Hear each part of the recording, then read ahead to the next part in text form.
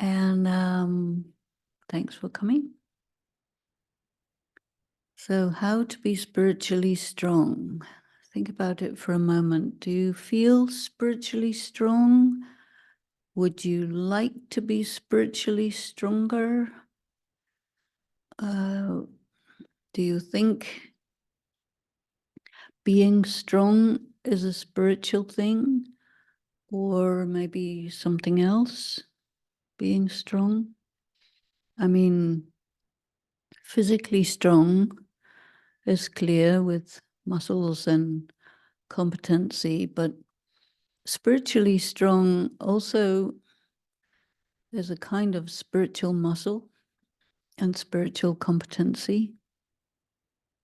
And because the word spiritual refers to something very subtle, generally we use analogies to try to describe non-physical, very subtle things. And that seems to work quite well.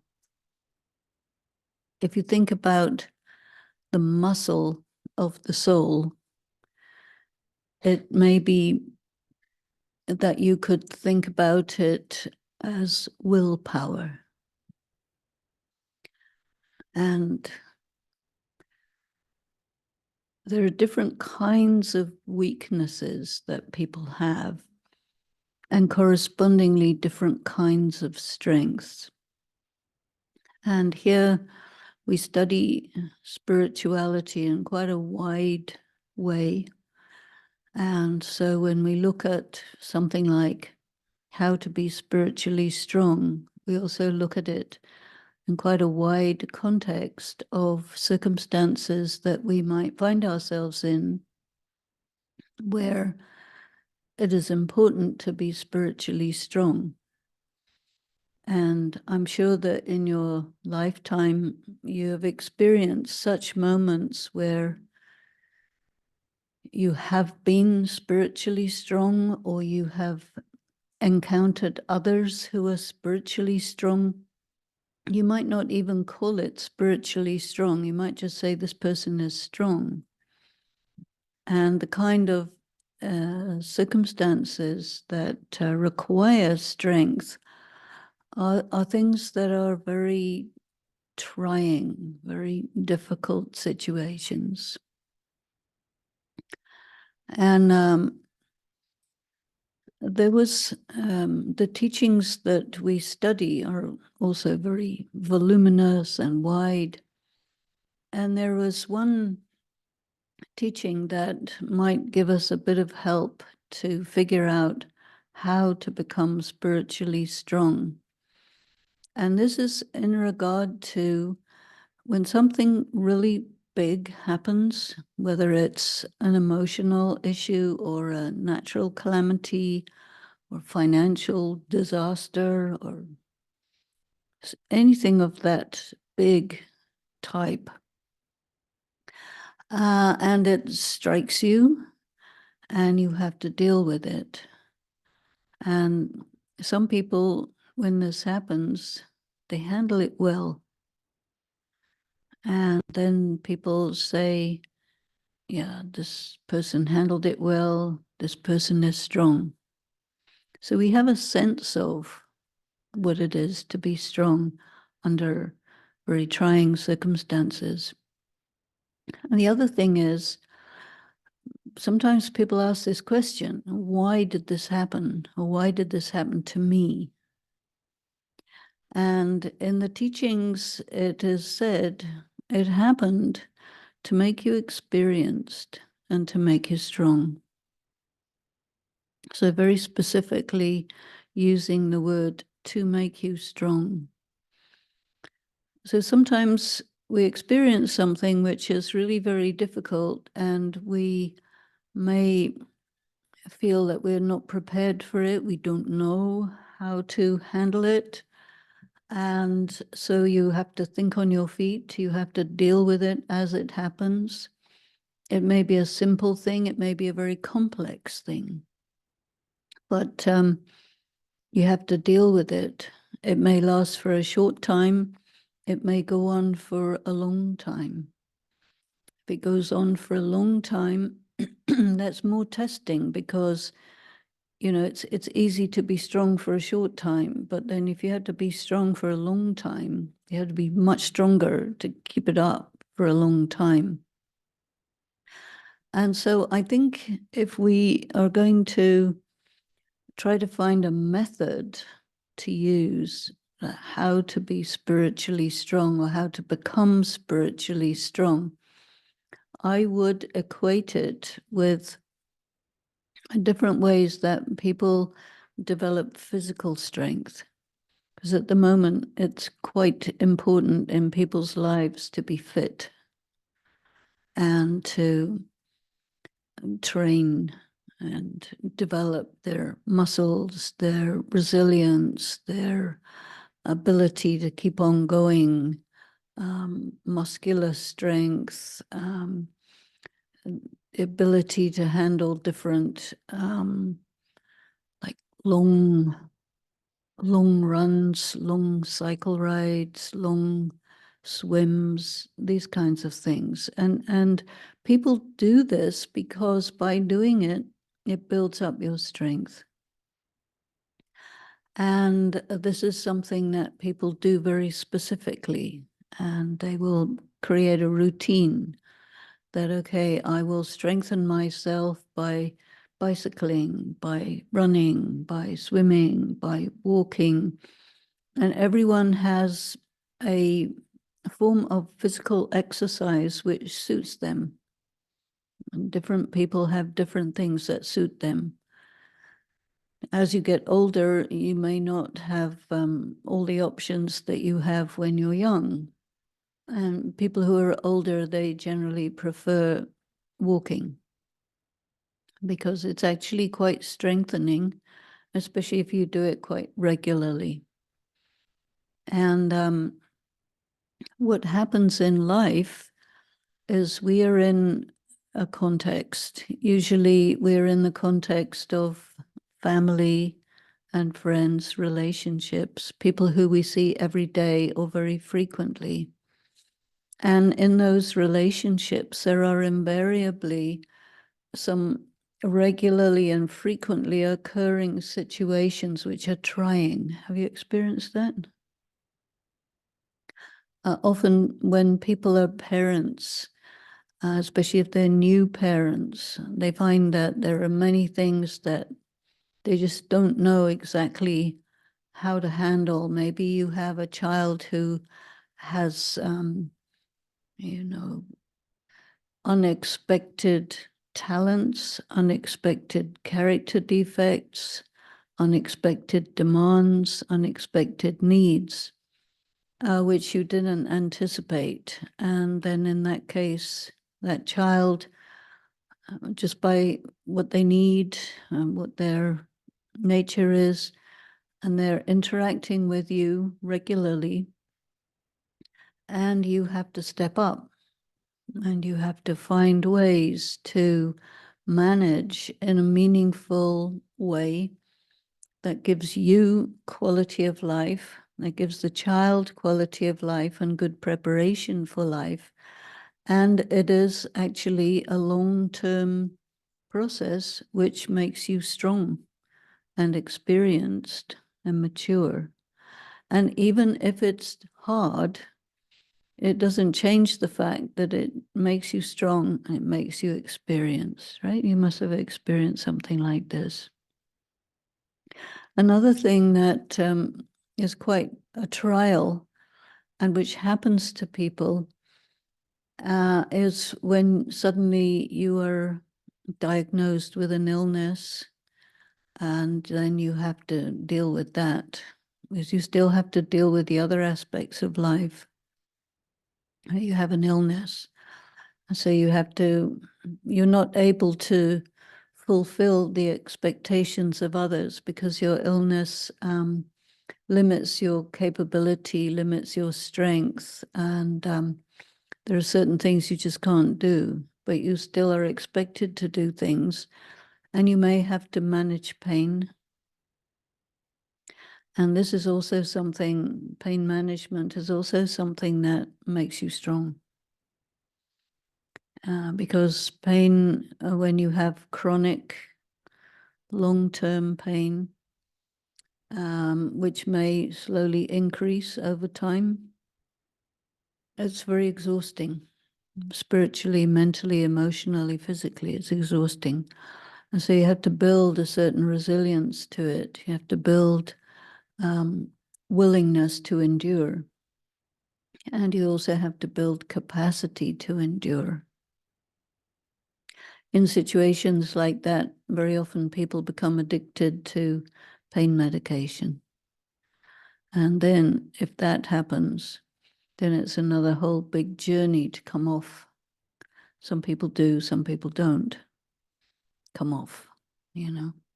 And all of these things, however unpleasant, difficult, trying they may be, if you do actually say, okay, well, I don't have any choice. I have to deal with this. I have to get through this. And so you don't avoid it. You deal with it, you face it. And as you do so, you learn many things. You learn many things about yourself, what your capabilities are. You learn that you have inherent strengths that you didn't know about before because they weren't needed. You learn about whether you're afraid or courageous in the face of pain, in the face of diminished power. Sometimes you may need to be dependent on the help of other people. And sometimes they may help, sometimes they may not help. And this also teaches you many things about adaptation to the circumstances and finding ways to take care of yourself. Even if you are dependent, there are still many ways in which you do have to take care of yourself, especially emotionally and psychologically. And as this process of going through an illness or pain proceeds, it may take years, but all the while you are accumulating strength. And the strength that you accumulate stays with you. And sometimes we find, especially those of us who are very consciously on a long time spiritual practice, so that there are many things that come up along the way. And one of the things we find is that when you have to go through quite a trying, maybe long-term difficulty, and you get through it and it passes, then after a little while, another one will come along. And you find that whatever you had acquired in the process of dealing with the previous one prepares you for the next one. And then the way we look at it in spiritual practice is that, we're in it for the long haul. And one situation after another will produce in us a response to it, which increases our capacity in different ways.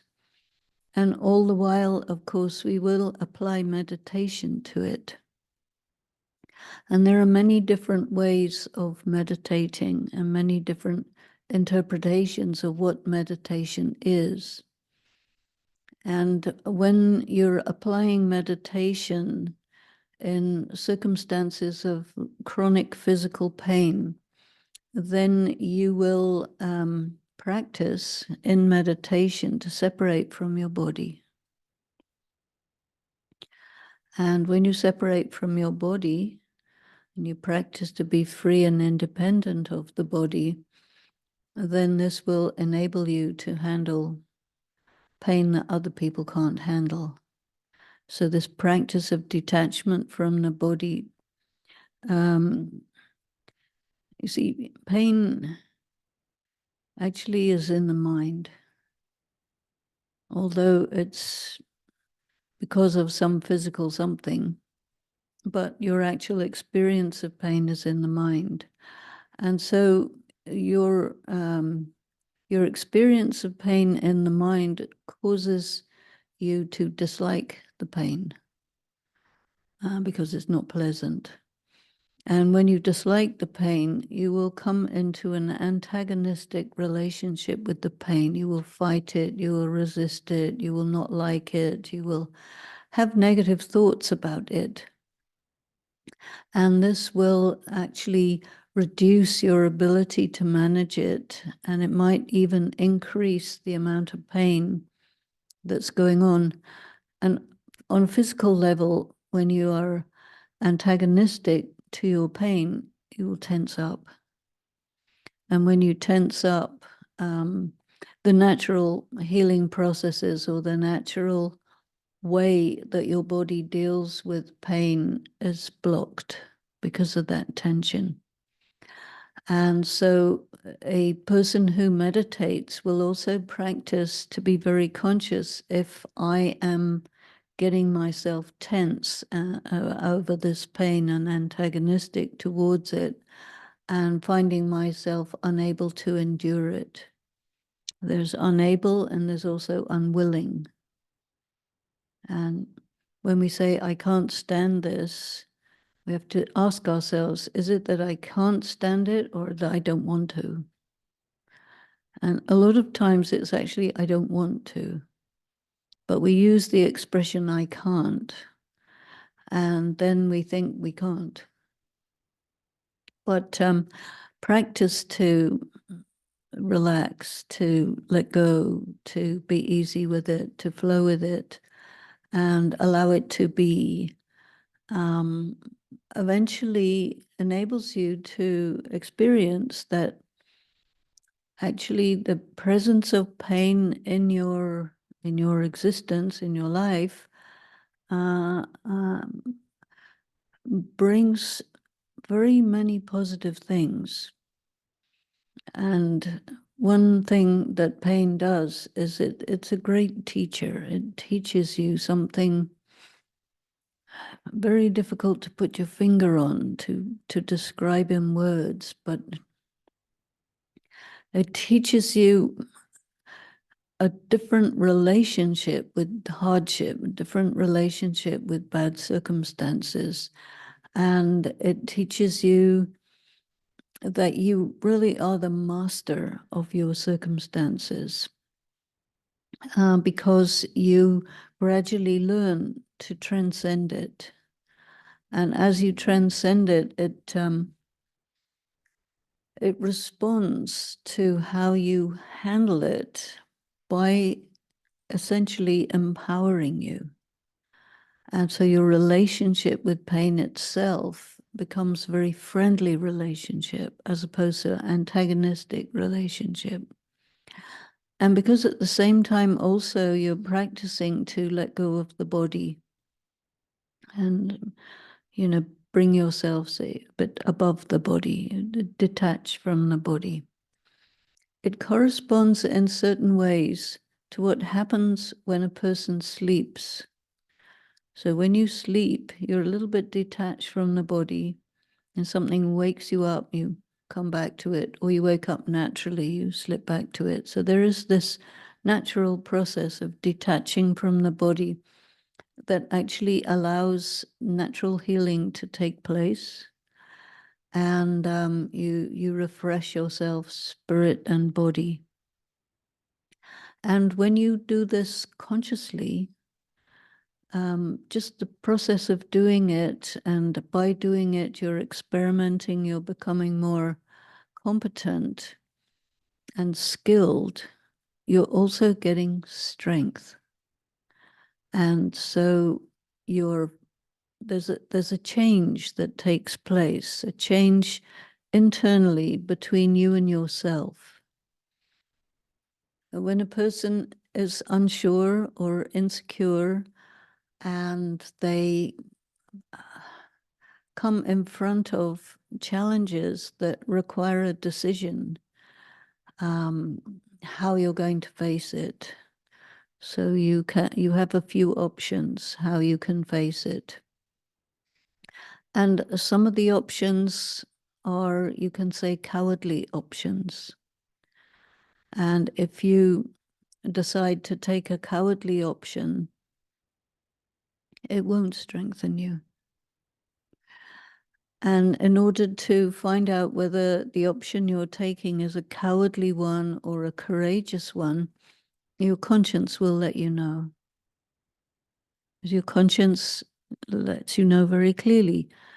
And if you're taking a step of courage and facing it in a way that deep down you know that this is the right way, but it's a risk, might not work, might not be the right thing, but somehow you feel intuitively, and you give importance to your intuition that, yeah, this is the right way.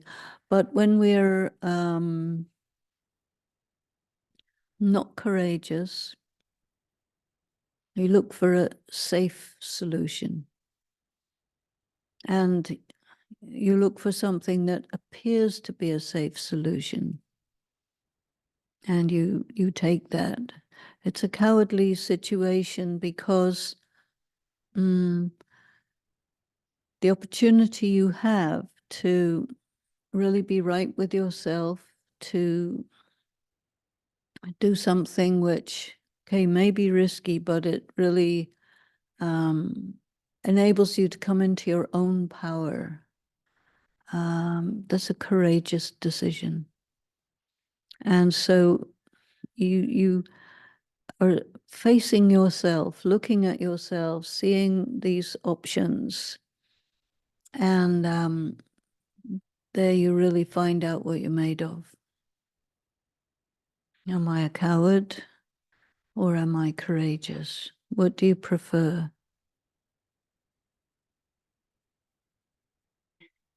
Courage, right? So, yeah, obviously we prefer courage, but then can we do it? When we take the cowardly option, generally it doesn't work out too well. And it also brings a feeling of shame.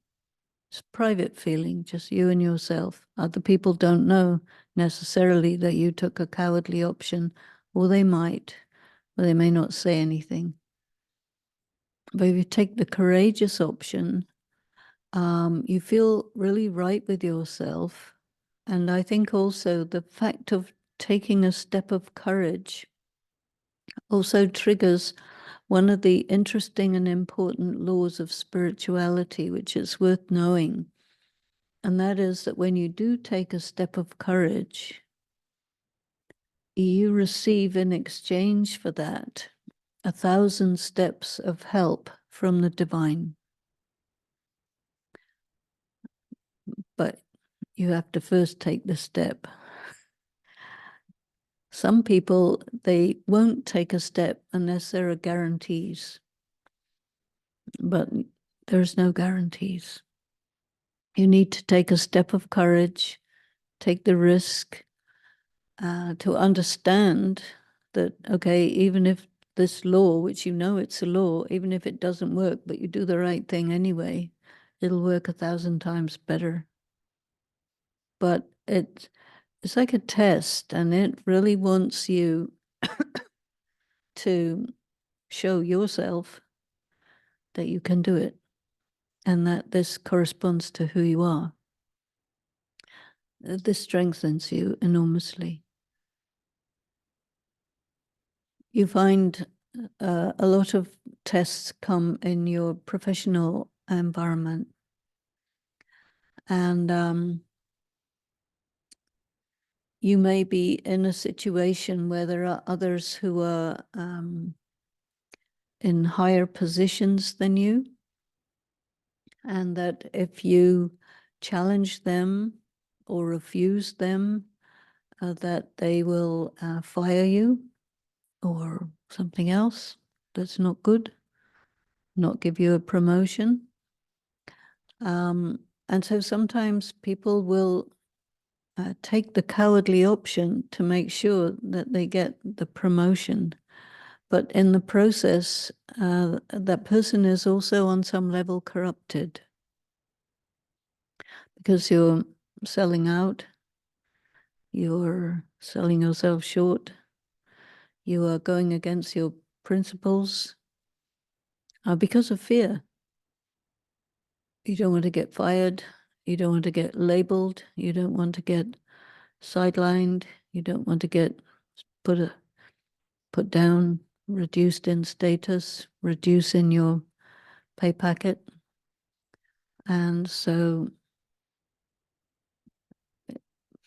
because you sell out, you get owned, and then you're not free anymore, right?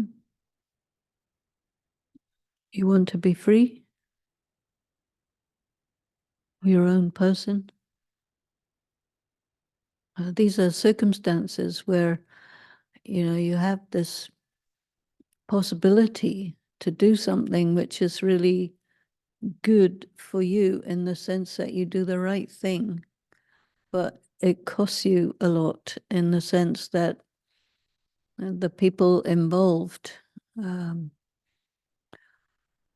want you to do what they want, which is not usually the right thing. And that makes you weak. If you do the right thing, though it may cost you, but it does make you strong. Strong in the sense that your value for yourself is maintained. You have your self-respect.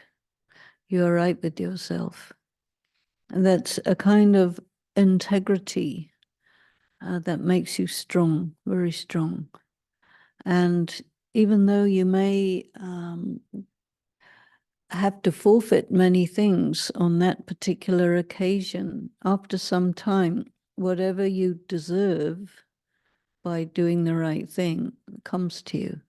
You may have to be patient, but these are spiritual laws operating. And these spiritual laws are not known to that many people, but they can be known. Spiritual laws are natural laws. It's not that somebody invented them. They're there to be discovered, to be understood, and experimented with so that you can see whether they are real or not. And so you get the opportunity when you're in these kinds of circumstances that are very challenging and that also have the capacity to strengthen you. So when you're studying and practicing spirituality, you learn about these laws. So you heard about it. If you do this, this will happen. If you do that, that will happen. But you don't know. So you have to take a risk.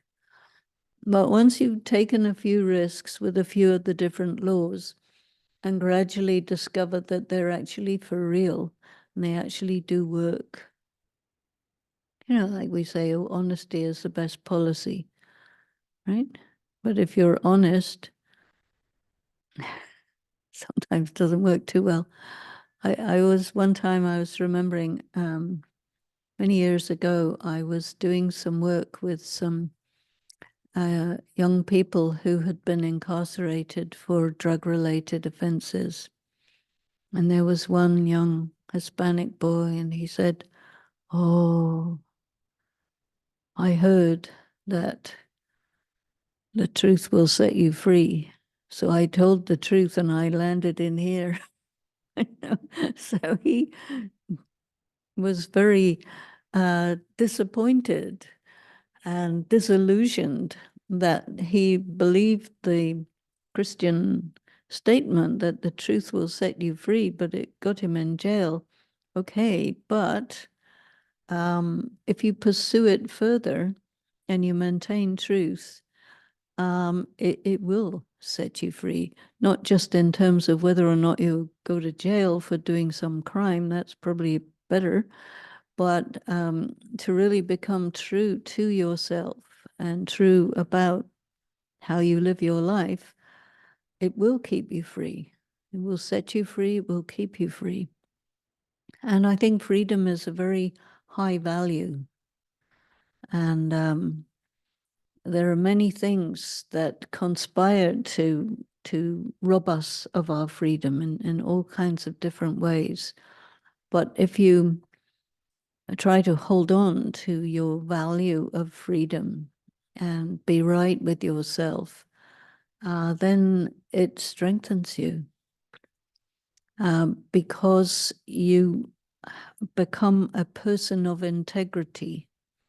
And something which has integrity, something that isn't broken and put together, is much stronger than something that keeps getting broken and tied together again. It's weak, inherently weak. And so these are some ways to get strong.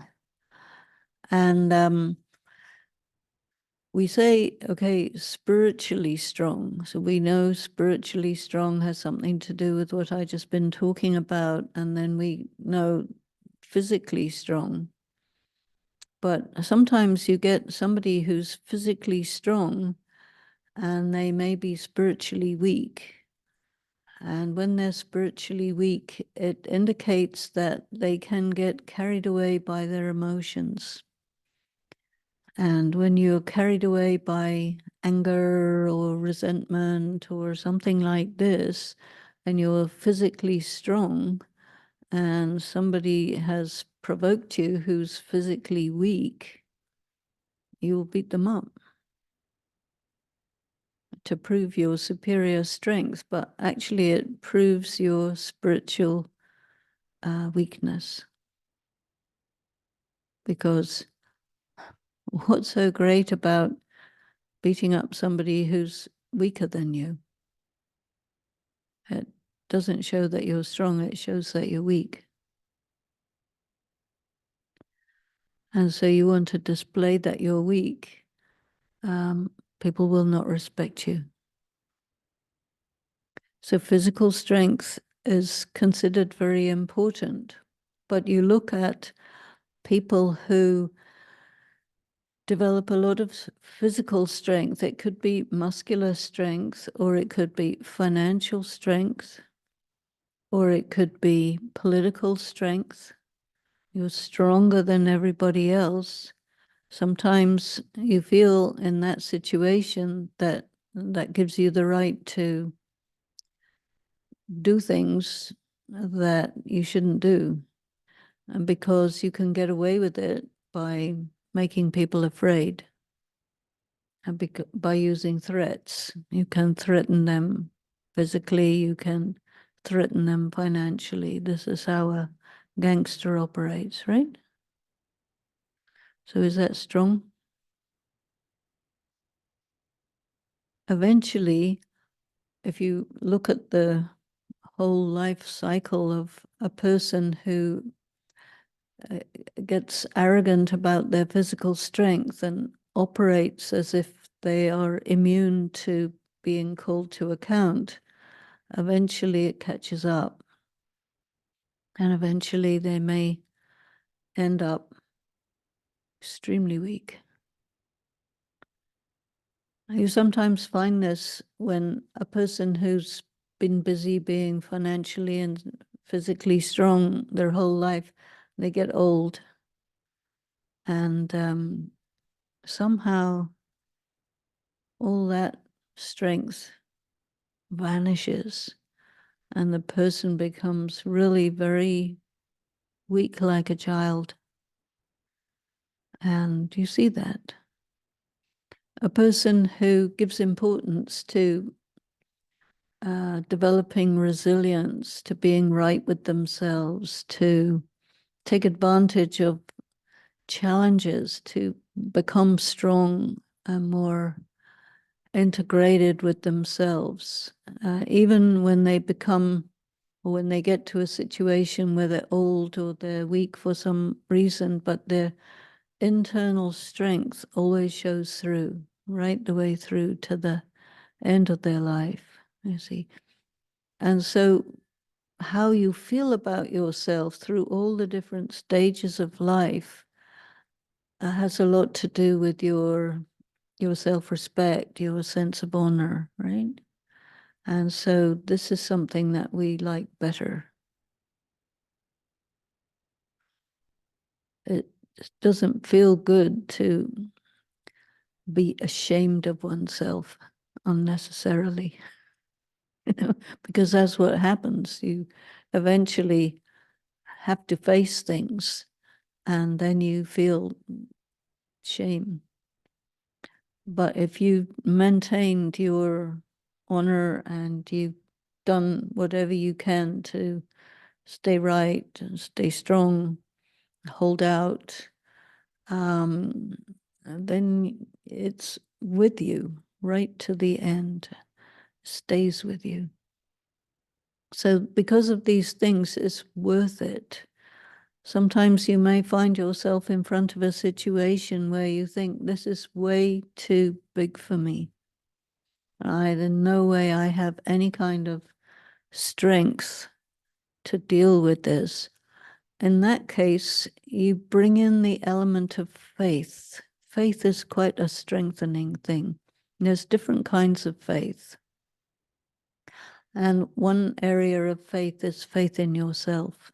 That's very important, to believe in yourself. A lot of people, because of the way they've been mirrored or projected on or whatever, they don't have faith in themselves.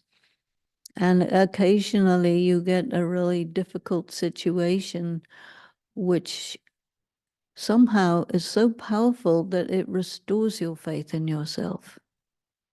Because either you have to get a step of faith in yourself or you'll be smashed.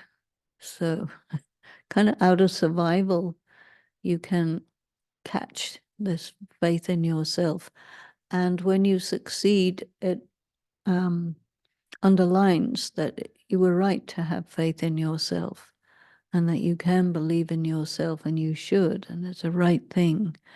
And this will maybe sometimes even change your life altogether. Another area of faith is faith in the divine. And that's a very powerful thing. And it's a very subtle thing. It's not the same as belief. I know. Do you believe in God or not? Well, some people say yes, some say no, some say I don't know. But faith, which strengthens you, is a very deep and internal type of faith, which is built up slowly over time by really thinking about what your life is. And there may be people in your life who demonstrate the power of faith in the divine, and that can inspire you to decide to develop that in yourself. Sometimes you may be in a very dangerous situation, very dangerous, very provocative. And this may cause you to go deep inside and find, do you have somewhere deep down buried, do you have faith that you are protected, that you are valued, that you are loved, that there is a higher power who is looking out for you? If you have faith, you can connect with that and amplify your strength with that strength, and face the unfaceable or deal with the undealable. And as you pass through circumstances where this faith has carried you through, this is going to strengthen you, but it's also going to strengthen your faith. Faith in yourself, faith in the divine, faith in life. You know, that it's there for you. And these are all things that are very subtle, very invisible, but they do actually make a person into a powerful individual. And a person who they can be open, you know. You don't have anything to hide.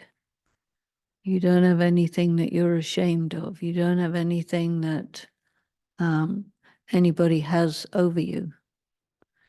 Because Many times you may be in a situation where you allow somebody to have something on you, right? That will never go away. They will always control you by that thing. You don't want that, right? But then you're a slave. Now you can be manipulated and you can be prevented from being true. That's a terrible thing. So in these circumstances where you have to take risk, face difficult consequences if you don't hold on to your integrity, the price of not doing that is somebody always has something on you. They can always control you forever. And you're not free. And it will oblige you to do things which are severely against your conscience, which cause a lot of problems for a lot of people, but you're not free. You don't want to be in a situation like that. And this is called corruption. And it's very easy to get corrupted. Someone will offer you something in exchange for your soul. Your soul is worth more than that. And so when you resist these type of things, you can feel inside yourself strength growing, and other people will feel that you're a strong person because you have a bottom line that nobody can cross. Right?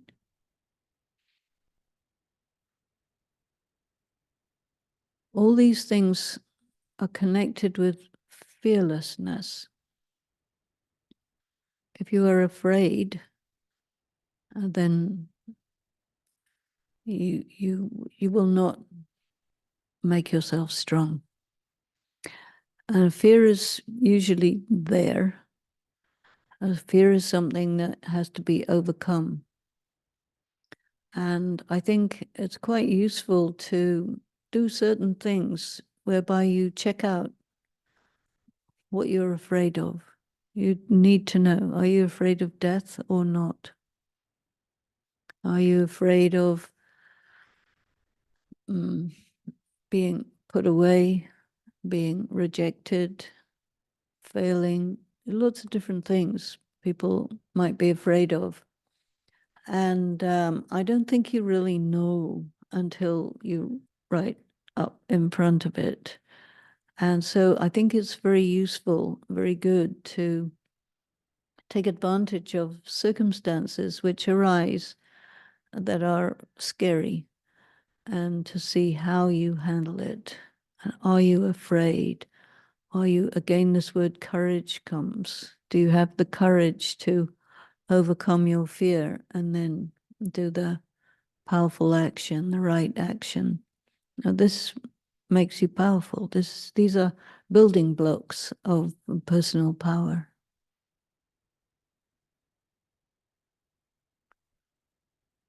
There are many other things, but I think I'll stop there. And you may have some questions, some other areas where you might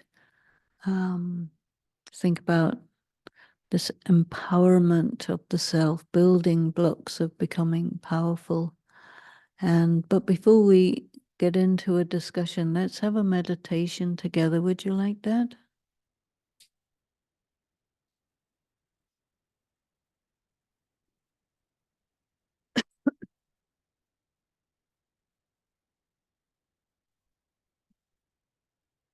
Take a sip.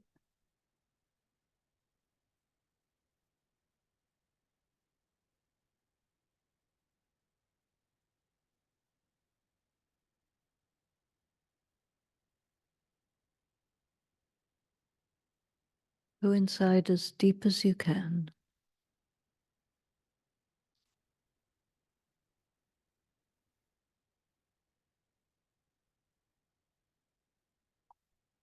Try to feel that essence of yourself, your soul,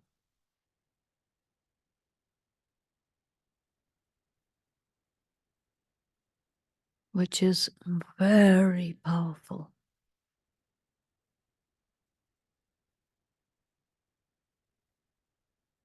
And it is the essential you.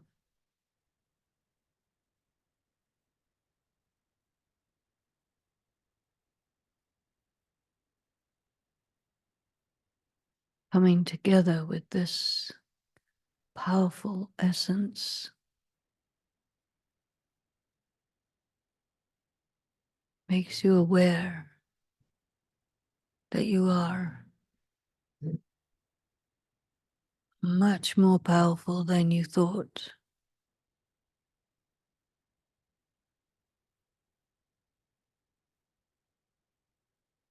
Feel this strength, beauty of the soul.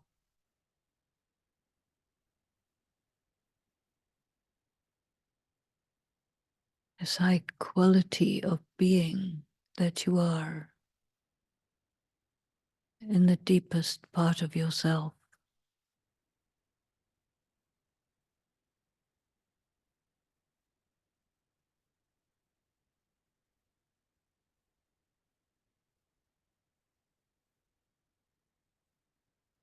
By going there, by touching it, feeling it, you bring it to the conscious part of yourself.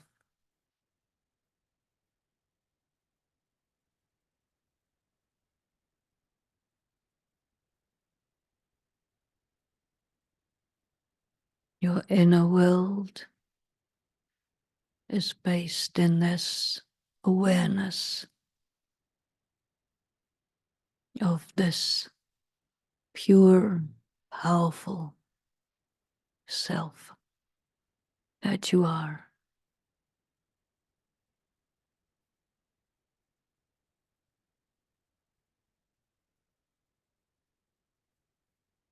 This is your foundation, the ground of being.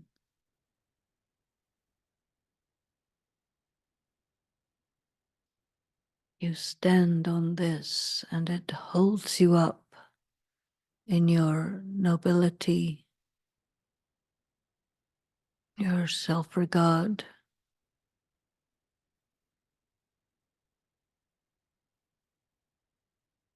your ability to transcend your limitations.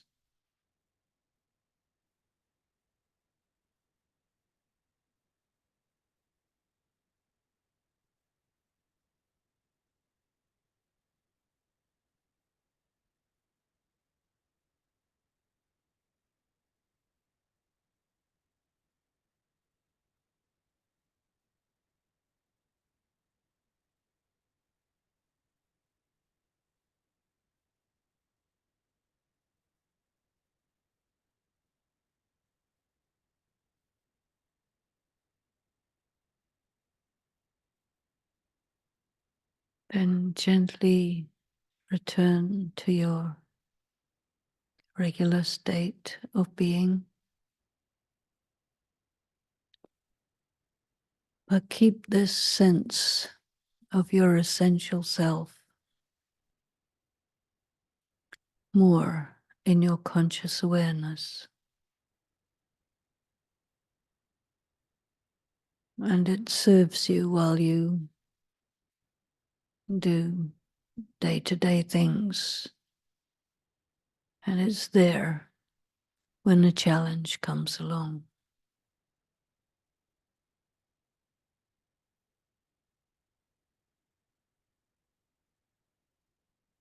Om Shanti.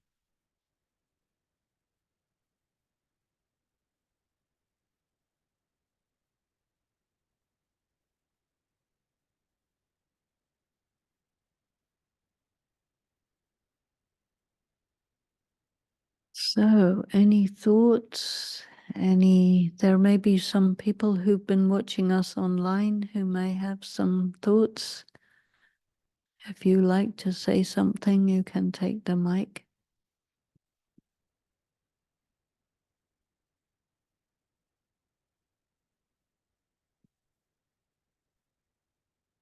Hello, it's on? Okay. First of all, thank you for the talk. Very, very powerful. Thank you. And I think it kind of gives you the feeling that you're meeting yourself when I was hearing you talk. So very powerful feeling. Thank you. I had a question.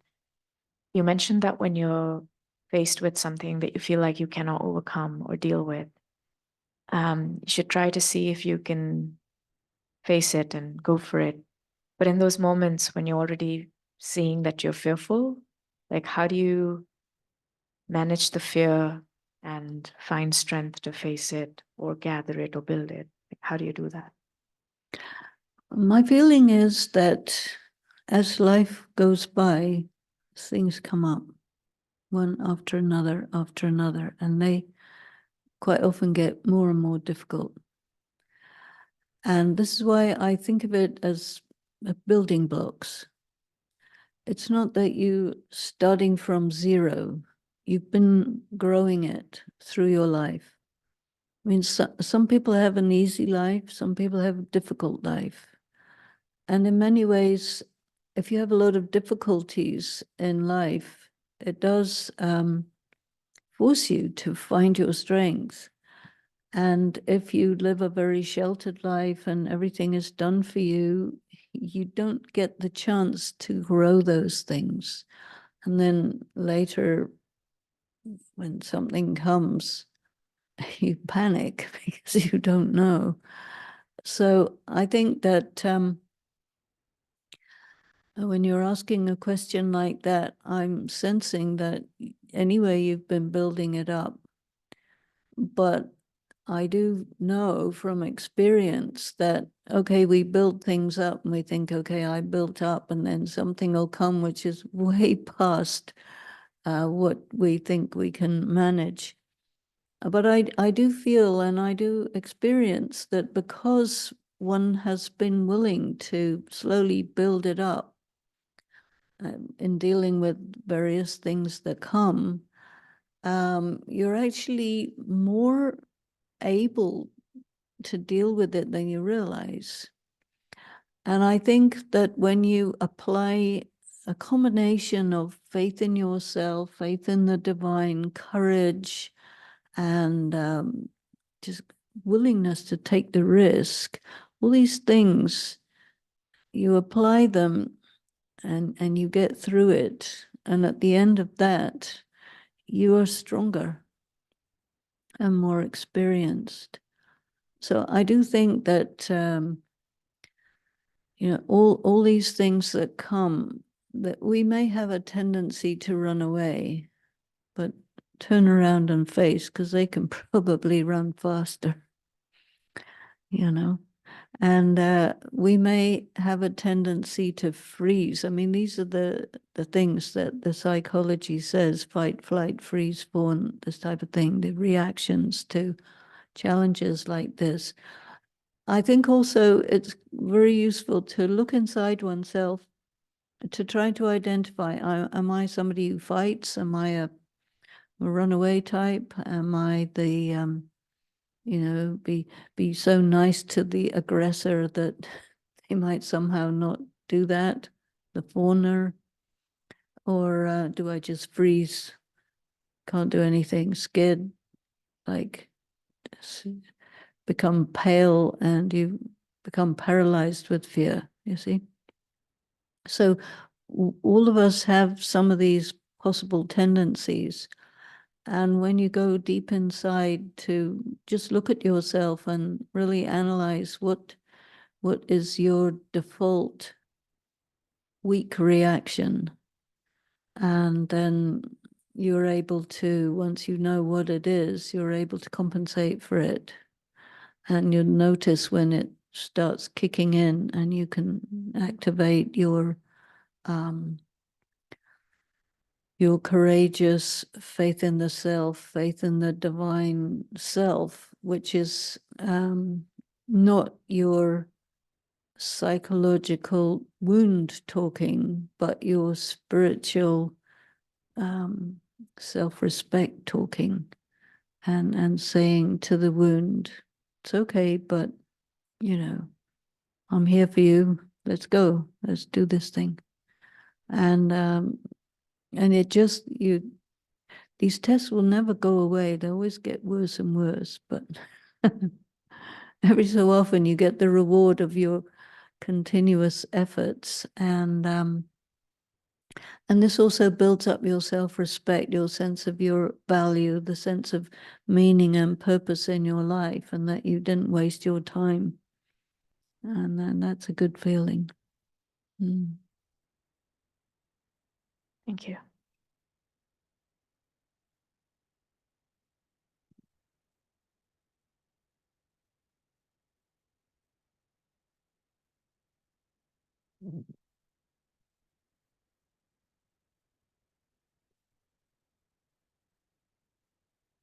Question on how to differentiate between emotion and intuition. How to differentiate between emotion and intuition?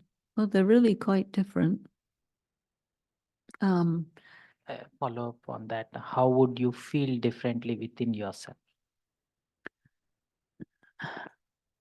To me, intuition is something that you sense something is a certain way, or something is going to happen, or you shouldn't go over there. It's like an inner messaging service that you need to catch. If you're subtle enough, you'll catch.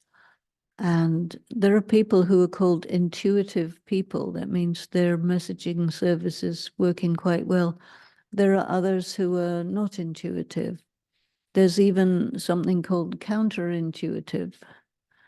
And I think counterintuitive, I don't know exactly what it's supposed to be, but I think counterintuitive is that what you think your intuition probably is not right. So you do something the opposite of it. And to me, that is when the things that come up right away present themselves as intuition, but in reality, they're not intuition. They're something else, like a default avoidance system. And that they, because these things are subtle, people use language and it becomes very confusing. You have to be very good at language to deal with instances where language is being incorrectly used. So that for that, you'd need intuition to catch what that person's really talking about, though they're using another language.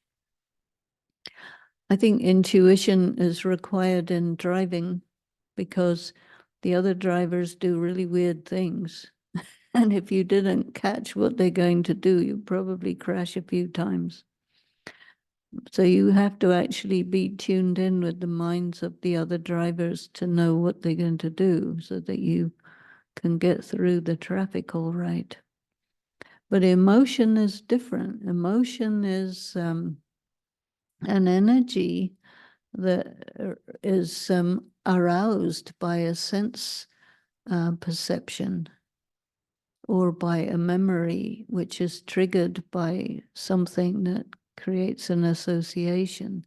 So I would really make a very big differentiation between intuition and emotion. You have very often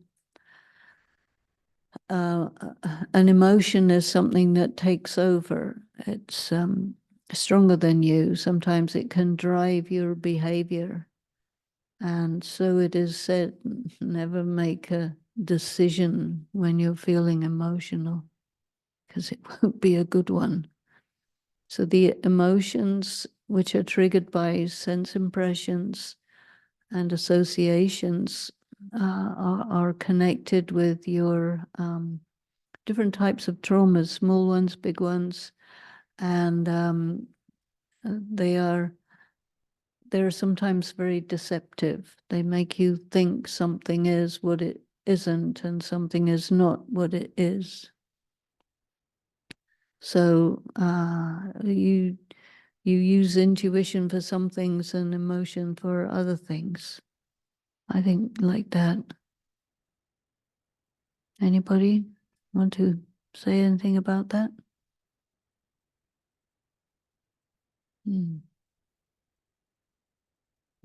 Follow up on that question. Mm.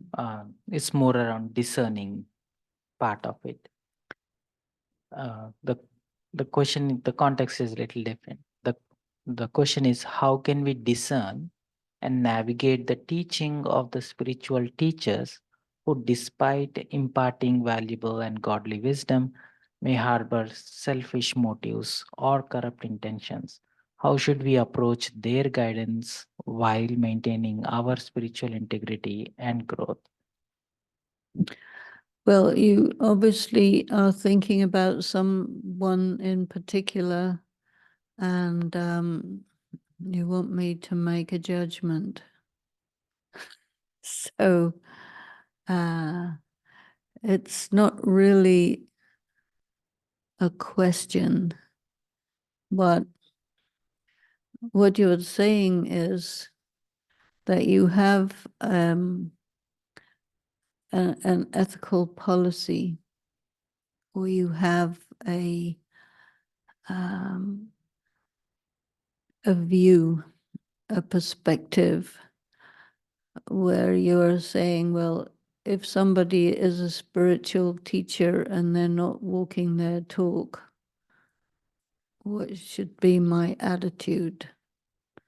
But you already have an attitude about it, which is clear from your question, that you disapprove and you want me to validate that, right? And so, okay, fair enough. But there are other ways to go with that. You see, anybody can come to know spiritual information because it's an accumulation of information. And anybody, good, bad, or indifferent, will say, it's good to be good, it's good to be nice. This is normal. Everybody knows all this stuff. Not everybody can walk their talk. You may say, if a person does a lot of talking and isn't walking that way, that's not right. You may say that. And there's a case for that. Obviously, what a person does is a very powerful teaching. And so it is said, actions speak louder than words. You know this saying. And so when a person says something which they're actually living, there's power in that, and you can feel it, and it makes you pay attention to what that person is saying, because there's some energy in their words which comes from the fact that they're speaking from experience and they are doing what they're talking about. So it's definitely more powerful. So I think that rather than suggest to me that I should validate a certain arrogant attitude towards people who are not walking their talk, I think I shouldn't make a suggestion like that. Nobody should make a suggestion like that, because you have to understand human nature. It's very easy to say things, but it's not very easy to work with stuff so deeply that you really understand that, and then talk about it from how you have been applying it, how you have acquired it. We cannot expect people to be strong if they're not. And when somebody does something which goes against your views of what's right, you normally would say, well, if somebody goes against my views of what's right, then I should say something insulting about them, right? It's normal. But it's not very high quality to do that. So it's better to just really understand that if a person is doing something wrong, it isn't because they're bad or fake or something like that.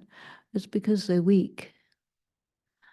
And if somebody is weak, then it is correct to try to give them strength rather than punish them, I think.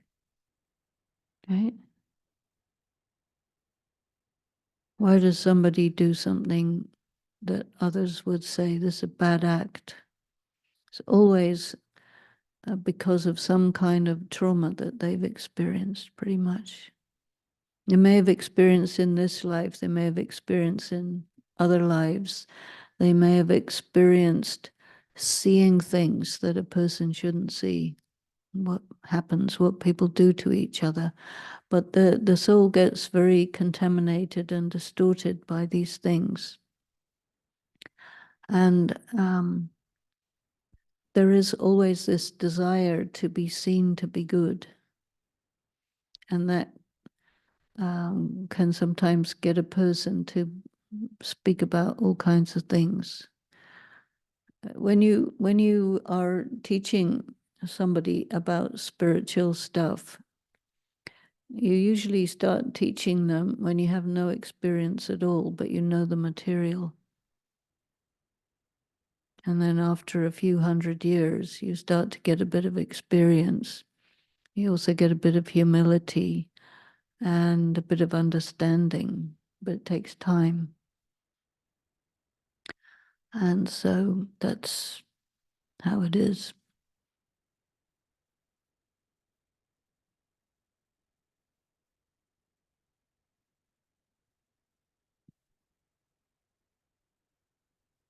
So no one is bad. They are just weak. Well, in my opinion, it makes more sense to consider that if a person does something which is against their conscience, which is against their essence, it's because they can't do otherwise. They can't because they're not strong enough. You have to be really strong to be real. You have to be really strong to walk your talk. How many people do you know who are really strong? Not too many, right? No, but even if there's, but you could try to be a bit strong. That's good. I know. But I think we have a tendency to, the word is judgmental, and to point the finger and to find fault, criticize. Okay, we've done that for 1,000 years. We're going to carry on doing that.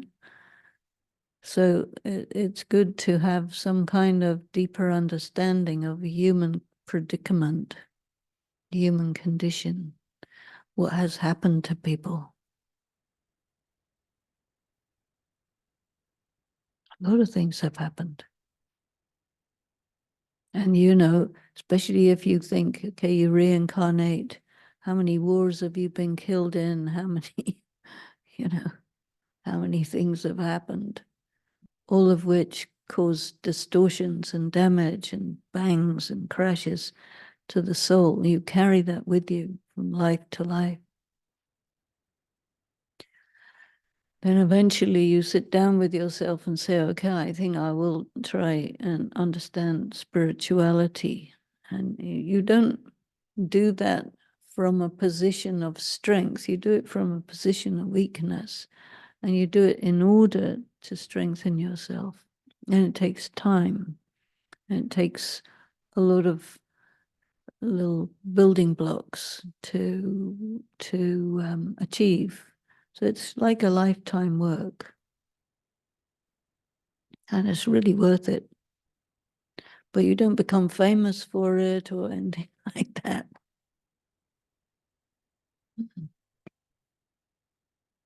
Someone asked me to ask you a question about free will.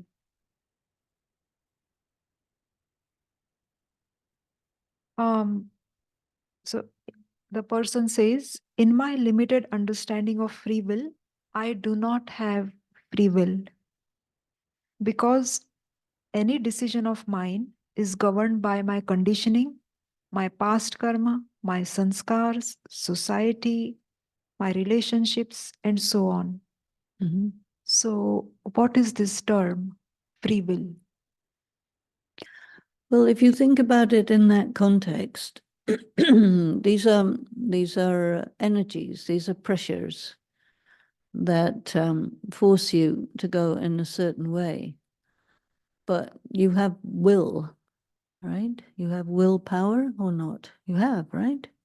Some people have a lot of willpower, some people have no willpower. But at least you have some. And you know, one of the things that is said in the context of addiction recovery is that any addiction that takes over a person can be considered as a disease of the will. So that the will is disempowered as the addiction progresses, because addiction is a progressive thing. And as it progresses, it erodes your will. And so addiction recovery involves recovery of your will.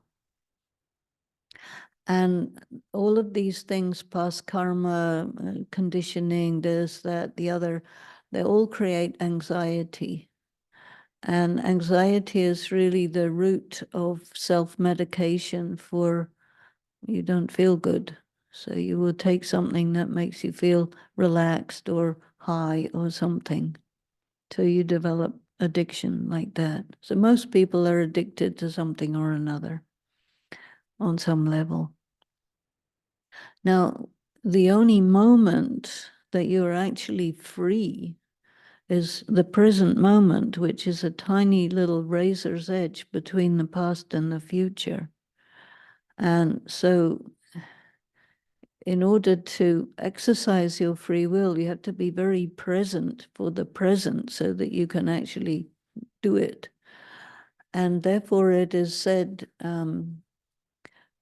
be here now, this Ram Dass statement that's so famous, because a lot of times people are, what if, and will this happen at that time, and all sorts of other things go on in the mind which distract you from being right in the present moment where you can exercise your free will. Because if you miss that window of opportunity, which stays open for 1 second, you're not free anymore.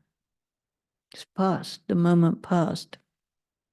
So in order to exercise your free will, and people really like free will.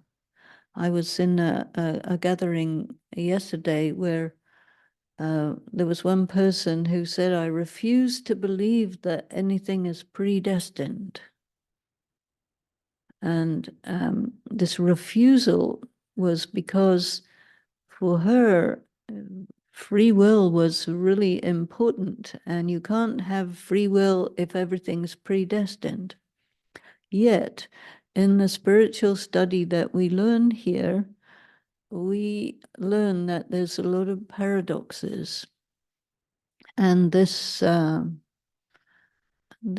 situation of free will and predestination and conditioning and karma and all that, this creates a kind of fuzzy situation where there are many elements to take into consideration.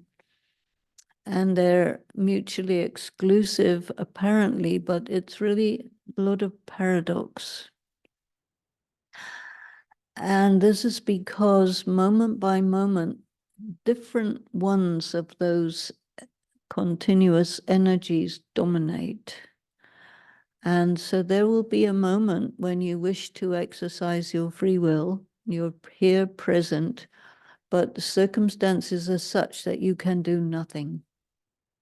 Have you experienced that? There is nothing you can do.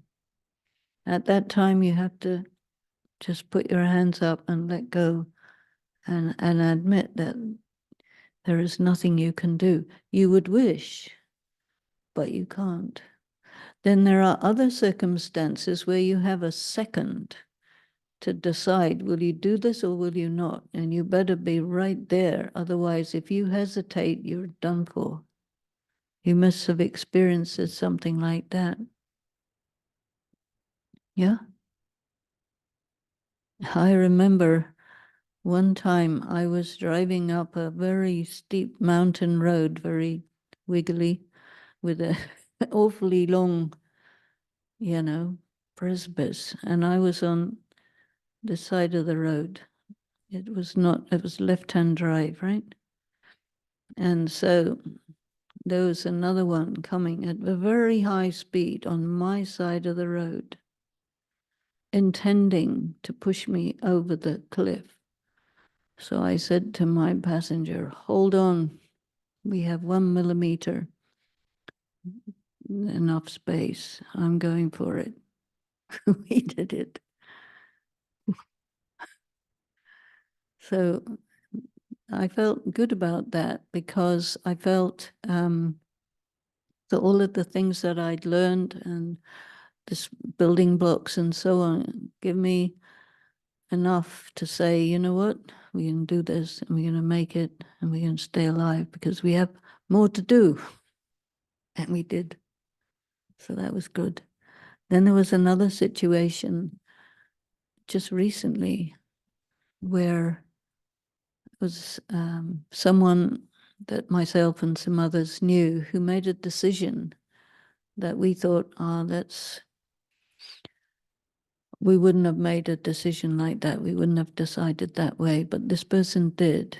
And it's quite difficult when you have to face the fact that this person who's dear to you, who's near to you, made a decision which is, in your opinion, not a good decision, but they made the decision.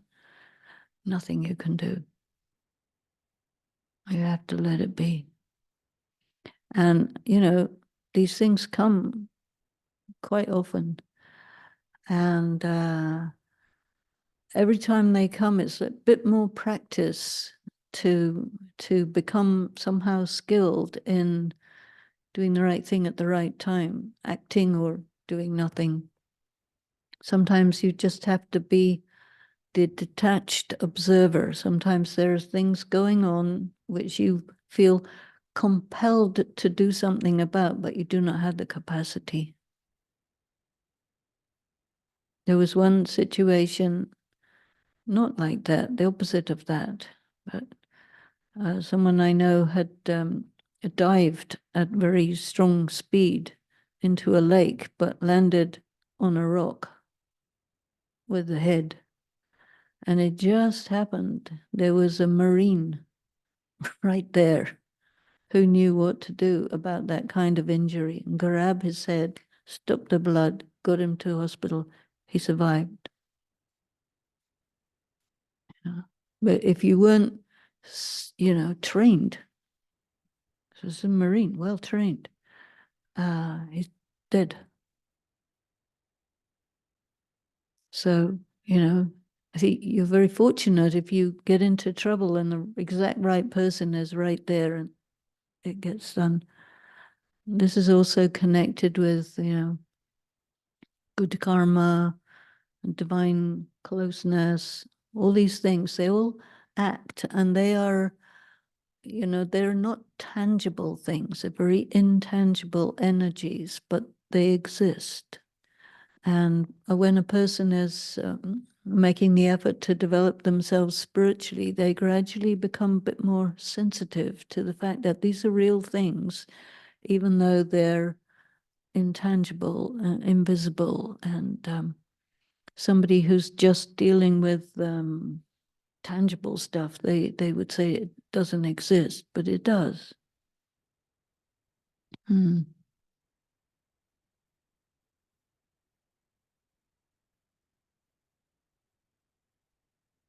Yeah.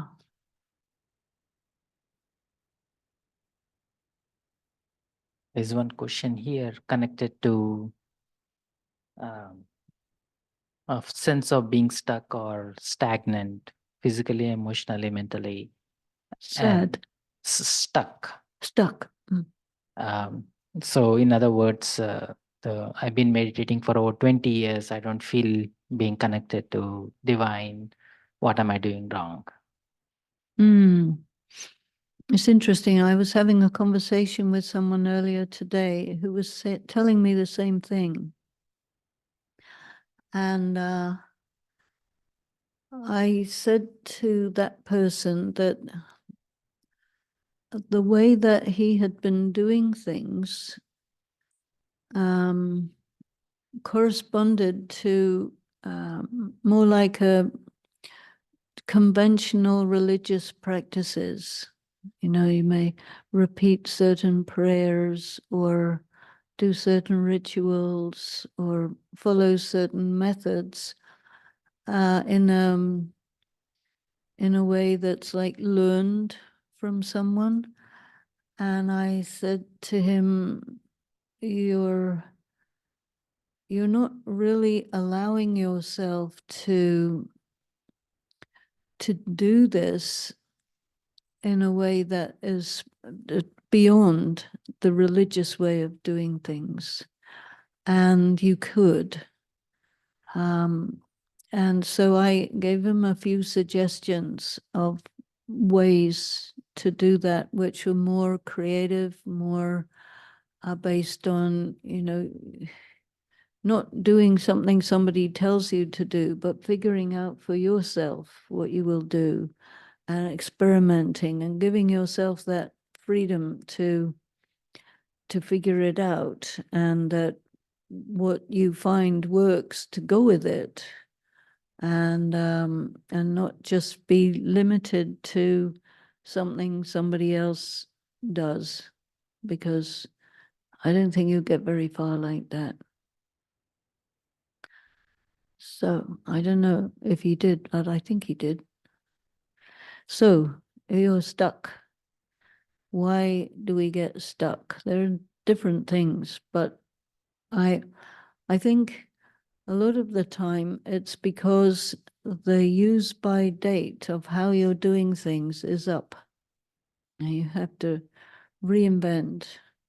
Sometimes you're going along, and you get a block, and then you can't go.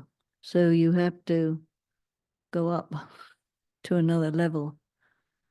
And because your path is not like a freeway that goes straight, you know, at X number of miles an hour. No, it's chopped up. Sometime working, sometime you're the river in the way, no bridge. Sometime there's a precipice you jump over.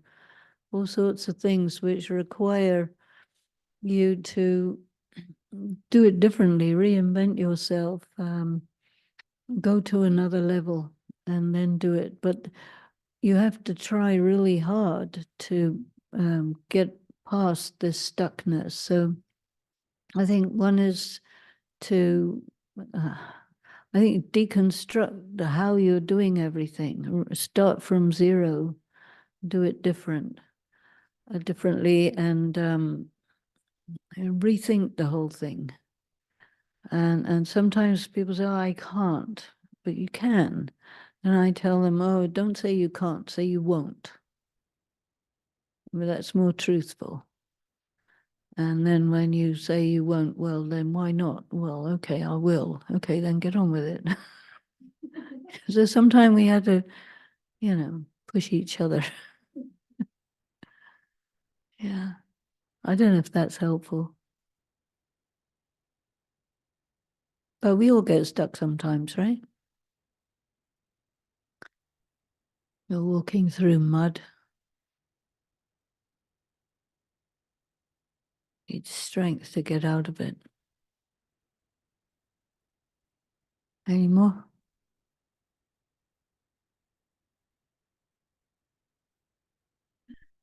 Yes?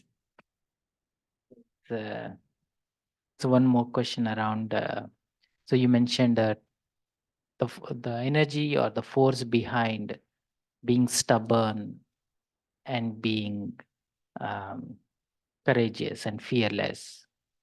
It's kind of same energy, but what drives the conscience, the intuition, which am I acting on, which is aligned to the spiritual integrity versus or spiritual laws versus some other forces? Can you elaborate? I think for things like that, it's more like some sort of aphorisms, like don't give up. The power to keep on going on, perseverance, different words for it, but it's just you do find yourself at certain moments when you just give up, and then you have to gather yourself together and don't. Sometimes you have to use your own force, make yourself move forward. And some people, they just give up. It's an option. And I think, again, it's connected with this willpower, One of the things that we learn is about discipline. I see. So when you have a very disciplined life, it creates a certain strength. And that strength can be very useful when you have to make yourself do something that you think you can't do because it's too hard. When you're disciplined, this generates a power that you can apply in that case, and you can get it done. It's very strong. Strong disciplined life. A yogi life is pretty disciplined. And in the old days, when we first learned about this, 50, 60 years ago, it was a lot harder.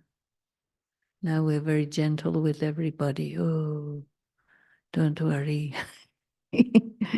It's okay. Go slowly. But for us, it was boom, you do this and keep it going and da.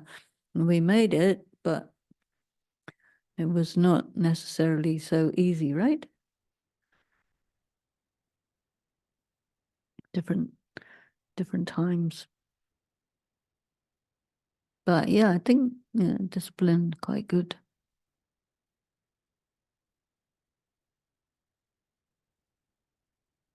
Okay.